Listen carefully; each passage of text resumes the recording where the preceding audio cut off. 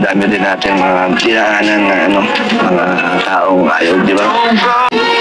Sinaya natin, hindi ka bumitaw.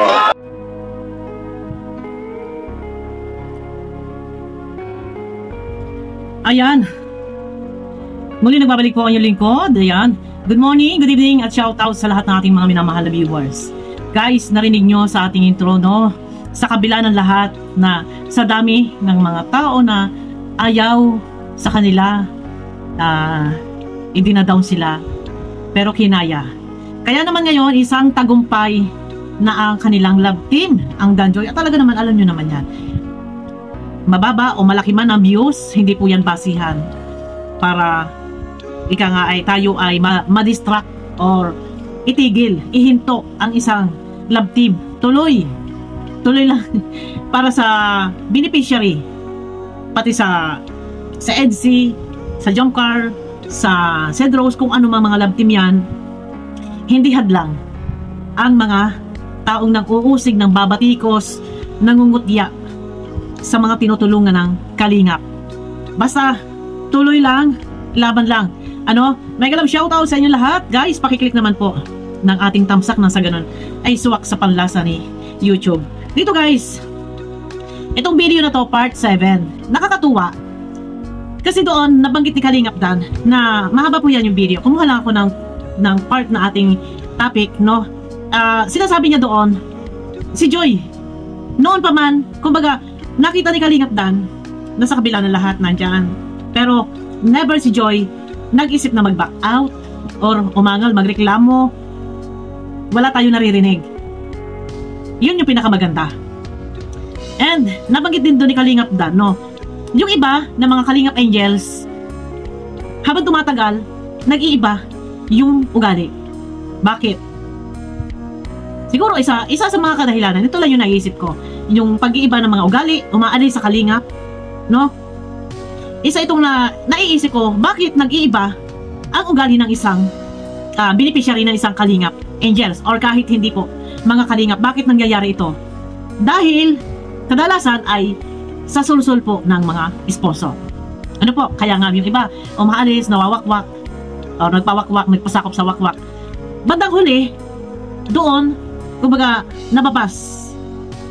Alam niyo naman yung ating mga minamahal na viewers, matatalino sila, nasasaktan sila. Kaya hindi maiwasan na makapagbitaw ng hindi kaaya-ayang salita. Ano po? Tapos dito nga, salamat at si Joy, kahit anong mangyari, naandyan siya na talagang strong. Napaka-strong niya. Ignore niya lahat ng mga negative comment laban sa kanya. Sabi ko nga, nandito tayo, palakasin natin yung loob. Kahit before kay Beyonce, nababas din po yan before. Sobrang dami ng pasya, pero ignore niya. Nang mamatapan niya, hindi pinapansin. Ganun lang, wag lang papansinin. At magsasawa din yung mga yan. Simula noon hanggang ngayon, mananatili. No? Mananatili dyan si Joy. Wag kang mag-iisip, Joy, na susuko. Ang isipin mo na lang, makatapos ka ng pag-aaral sa tulong ng Kalingap. Kasi oras na ang isang beneficiary or alin man po doon sa mga tinutulungan ng Kalingap, no? Kahit hindi yung mga Kalingap Angels, kapag ito ay umali sa Kalingap, marami po yung mga sumbat. At isa po dito, ang pinakamalupit dito, ang isang beneficiary ng Kalingap, kapag ito ay lumabas o umalis sa Kalingap, bandang huli, nagagamit ng kalaban. Yung mga kalaban, sarili nilang laban yun eh. Nakaabang, nakamonitor, nakamata sila sa Kalingap. Kapag alam niyo yung isang puno, nahitik na bunga, nandyan minsan binabalibag. Asahan niyo po yan, ganyan po yung nangyari, binabalibag. Or merong nalaglag na bunga, pinupulot. Alam niyo yun, sinasalo. Ayun, papapakin. Pagtsatsagaan, kakainin nila, lamon nila. Isang halimbawa po lang yan sa isang puno, nahitik ng bunga. Minsan binabalibag nila. Tapos, kung merong malalaglag na isang beneficiary, sasaluhin. For example, si Brother Paas, pilit na sinusungkit, binabalibag. No? Isang halimbawa po yan, no? Tapos, kung merong isang beneficiary na nalaglag, sinasalo, sinasambot. Tapos, ito ngayon yung gagamitin panlaban sa mga sariling laban. Kaya kay Joy, kahit anong mangyari, stay ka lang sa Kalingap. Hanggat na andyan, majority, maraming nagmamahal. Kay Beyonce, ganyan din, marami ang nagmamahal. Sa iba pa na mga Kalingap Angels, marami ang nagmamahal. Oras na kayo ay lumabas, meron sasalo, may sumasalo, may namumulot ng mga nalaglag ng bunga mula sa Kalingap. Yan, papapakin kayo. Parang mga langaw, dumadapo, tapos, ayan, sige, kakainin kayo niyan. Gagamitin kayo niyan para sa kanilang mga laban. For example isang halimbawa, yung isang umalis. Sa halip sana, relax siya, walang problema, nag-aaral, hindi madidistract yung kanyang pag-aaral, walang stress na magaganap. Pero, anong nangyayari? Gamit na gamit ng mga kalaban, ginagamit ng kalaban para sa pansarili nilang laban.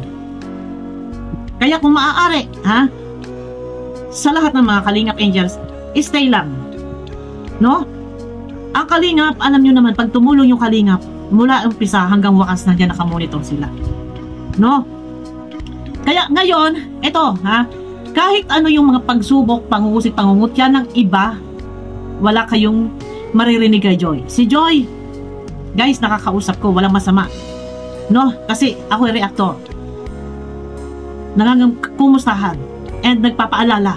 Pinapaalala ko kay Joy, ganito, ganyan, stay ka lang, ipagpasa Diyos mo ang lahat-lahat. Pinalalakas ko yung loob niya. Hanggat may nagmamahal, dyan ka lang. Kailangan palakasin po natin yung loob ni Joy, pero tagumpay ang Danjoy. Kahit sa kabila po na lahat ng maraming mga nang-uusig at hindi matanggap ang Danjoy. Pero ito na, nakakatuwa, nakakataba ng puso dahil episode 7 pa lang, mag-episode 8. Pero yung mga sumusuporta, nagpapaabot ng pagmamahal. Maraming salamat. Dito natin masusubukan na talagang marami yung nagmamahal kay Joy at deserve ng isang Princess Joy Diwata na siya ay makatanggap ng siksik, liglig o maapaw na blessings. Kaya salamat po sa mga nagsusuporta, nagmamahal para kay Joy. No, hindi natin alam kung paano natin sila mapapasalamatan, maibalik yung blessings. Pero si Lord na po ang bahala na magbalik sa inyo ng siksik, liglig o maapaw na blessings sa mga itinutulong nyo, sa mga pinapaabot nyong pagmamahal para kay Joy. Pwede ko kayong ma-shout out bilang pasasalamat.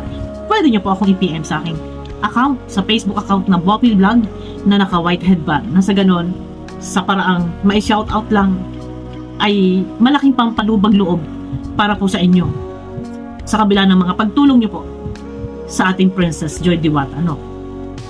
At ayun na, basta wag aalis sa Kalingap, ang mga Kalingap Angels, asahan ninyo pag kayo ay umalis, marami po ang mga nakaabang, mga nakanganga na naghihintay na merong malalaglag na matamis na bunga mula sa Kalingap. Susunggaban po yan nila at gagamitin sa mga laban nila. Di ba? Kaya ang mangyayari, gamit na gamit yung mga nawala na. Yung mga nawala na sa Kalingap, gamit na gamit ng ibang mga reaktor na hindi Kalingap. Ginagamit para sa sariling laban. Durog, bugbog, puro stress ang aabutin pag kayo ay nawala sa Kalingap at kayo ay nasalo ng mga ng mga buwaya, no? Pag kayo nalaglag sa Kalingap or nandyan, nawala na sa Kalingap, asahan ninyo po, mawiwendang, masisira ang buhay ninyo. Nagagamitin po kayo ng ibang mga nakaabang diyan para sa kanilang mga laban. No? Yung mga laban na ano ba kanilang ipinaglalaban. Nakakatuwa naman yung mga kalaban na iyan. Pero ayun na, no? At sa kabila ng lahat nga, kagaya ng sinabi ko kanina, tagumpay, ang Danjoy, magkatuwang. Hindi lang po si Joy, iisa. Sabi nga ni Kalingap Dan, magkakampi sila, partner sila. Partner o kumbaga magkasama sila na inusig, kinutya at binatikos, pero sa kabila ng lahat ng ito ay unti-unti nang natatanggap ng mga basher ang katotohanan. Yan. At hintay pa tayo ng ilang panahon, ang lahat ng iyan wala ng basher. Lahat sulit na nandyan. Pero i-basher man yan o hindi. Salamat. Basher is viewers. Nanonood sila, may kita. Ang direktor, yung kinikita na yan, para sa mga beneficiary. Malaking bagay. I-basher man yan or hindi. Sabi ko nga, basher is viewers. No, nakatutulong pa rin po yan sa channel ni Kalinga Prab. Oh, yan, di ba? Kaya ano natin, hindi natin dito guys, no. Hindi natin kailangan gamitin si Joy para sa kalaban. Kumakalaban. Nandito lang tayo. Ang layunin natin ay suportahan. Focus tayo doon sa pagtulong kung paano natin matutulungan sa anumang paraan ng ating pagtulong. Kagaya nga ng halimbawa kay Kalinga Prab sa kanyang channel, yung hindi pag-skip ng ads ay malaking bagay. Ano po? Mahirap na kapag ang isang Kalingap Angels gagamitin ng isang reactor para sa laban niya.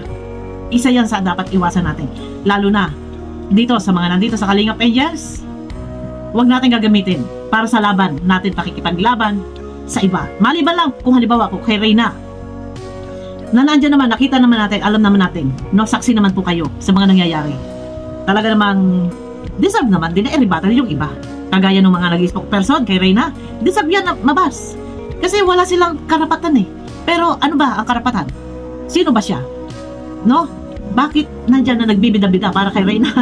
O yun, yan na pwede nating reaksyonan. Pwede nating i-rebuttal ng i-rebuttal, pero hindi iyon mga ngahulugan na ginagamit si Reyna for content. Yung atin, siyempre, nawakwak eh, nakuha eh. So, yun na. Ayun na guys, no? Ang aking masasabi lang kay Joy, yan, sabi nga ni Kalingap Dan, mula noon, talagang ikaw, yung talagang solid Kalingap na kahit anong nangyari, ay nandyan pa din. Maraming unos, dilubyo, ang nangyari, bagyo, nandyan pa rin. Hindi nagbabago at hindi pinapansin yung mga nakakadistract sa buhay, sa pag-aaral, kagaya ng mga mambabas ng ganyan, ha? Alam nyo na yan, yung sila inusig, kinutya at hindi tinanggap. Pero bandang huli, ano, eto na, isang ganap na tagumpay at puno-puno ng mga nagmamahal at sumusuporta sa Danjoy. Maraming salamat sa Danjoy guys, no? At sana lahat ng mga video ni Kalinga Prab, panoorin po natin. Itatry ko din guys, no, na mag-reaction sa ibang love team. At kagaya nga po niyan, no, si Edwin ba o si Edward ay may bagong papasok bagong love team. Sana suportahan din po natin ito, no? Kung yung EDC at yung Carla ay tagumpay na, so next Danjoy, nandito tayo support. Sa bagong papasok, kung ito ay matutuloy, no, sa Australianong Kambal at si Melka yata ba o si Melka nga, oo. Sino pa ba yung isa? Kung ito ay matutuloy, panoorin natin, suportahan po natin bilang pagsuporta po sa programa po ni Kalinga Prab. Yun po yung isa. Ako as reactor, ito yung ating yung ating pangunahin na dapat suportahan yung bawat upload. Siyempre, nandiyan din. Manood tayo ng live ni Kuya Bal every morning para sa mga update. Tuwing umaga, wag din po natin sana kaligtaan na panoorin natin yung live ni Kuya Bal. At nandiyan po, halo-halo yung kanyang topic, mga update patungkol sa kalingap, yan, no, sa pagtulong, sa paglingap sa ating kapwa. Ayun na guys, no, at basta kay Joy, ipagpapasa Diyos mo ang lahat. At the more na ikaw ay inuusig, kinukutya, kayo ni Kalingap Dan, iniaangat ng Panginoon, no? Ginagamit ang ibang tao na instrumento, nagpapaabot ng pagmamahal para sa inyo, no? Ayun lang guys, no? Thank you din pala sa lahat ng mga sumusuporta, walang sawang hindi nag-i-skip ng ads at nag-share ng mga video. Marami ako nakikita sa Facebook, talaga sinishare nila sa kanilang mga community. Guys, sana sa bawat isa sa atin, kung halimbawa 300,000 viewers, sa lahat ng 300,000 viewers, ma-share po natin sa ating mga community ang video po na ina-upload ni Kalinga Prab. Napakalaking bagay po doon guys, no? Yung 300,000 na viewers na nakapanood doon po, kapag na-share nyo yun sa inyong community, sa inyong mga Facebook account, makakuha lang po kahit tigli 5 na manunood. Kapag yan po ay sa 300, i-times po natin sa 300, napakadami viewers po niyan para sa lahat po ng mga upload ni Kalinga Prab, no? Lalo-lalo na siyempre yung Danjoy. Ayan. Guys, ayun na. At pakiclick naman po muna guys ng thumbs up. Mega love shoutout sa inyo lahat, sa lahat ng ating mga minamahal na viewers. Baka po meron pang gustong mag-subscribe, hindi naman po ito sa pilitan. Yung may gusto lang po, pakiclick naman guys ng subscribe. And yung mga hindi pa po nakaklik guys ng bell, sa aking bell, makikita nyo po dyan. Pakiclick naman guys ng bell na sa ganun ay updated po kayo sa aking mga video na i-upload. Yan guys, abangan nyo ako sa akin next video. Bye bye!